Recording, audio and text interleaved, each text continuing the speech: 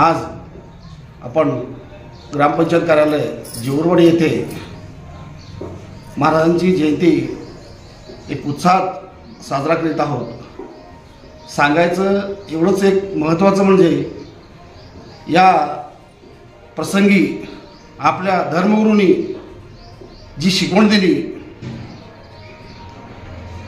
समाजातील सर्व दुर्बल घटकातील जे लोक आहेत, वंचित पीडित सर्व लोकांनी एकत्र येऊन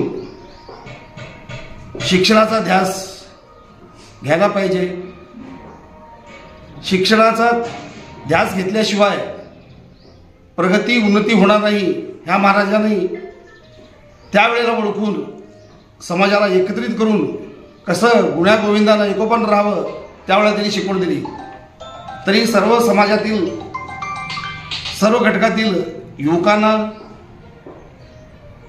माझ्या वडीलधाऱ्या माणसांना, सर्वांना मी एक विनंती करतो या प्रसंगी की सर्वांनी समाजात वावरताना सर्व आपले मतभेद जे काही असतील बाजूला ठेवून असल्या कार्यक्रमाला फार उत्साहानं मोठ्या मनानं एकत्र येऊन या पुढील सर्व जे काही कार्यक्रम होतील सर्व समाजातील, आपण इथं या ग्रामपंचायत कार्यालयामध्ये फक्त 2 समाजाचे लोक आहोत, कसं राहायला पाहिजे त्यावेळेला शिवालाल महाराजांनी जी शिकवण दिली त्याचंच अनुकरण डॉक्टर बाबासाहेब आंबेडकरांनी पुनरुच्चार करून त्यांनी घटने देखील तरतूद करून दिली।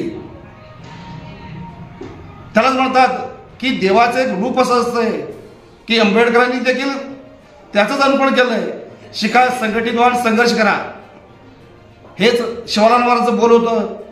तेच बोल त्यांच्या लेखणीतून डॉक्टर बाबासाहेब आंबेडकरांनी उतरवलं आणि आज आपण ज्या युवक पिढीने जे शिकलेत, अंतर्मनानं शिक्षण घेऊन आज उच्च पदावर गेलेले आहेत, त्यांनी महाराजांची शिकवण थोडं का होईना अनुकरण केलेलं आहे असं मी समजतो।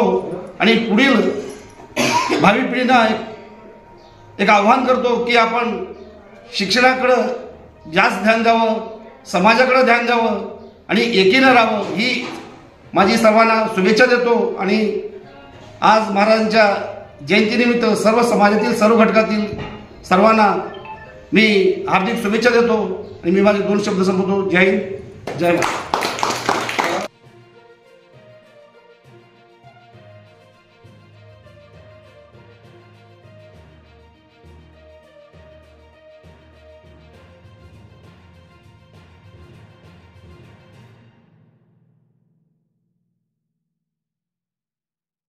ताज्या घडामोडी जाणून घेण्यासाठी आजच बहुजन आवाज न्यूज चॅनलला लाईक, शेअर आणि सबस्क्राईब करा।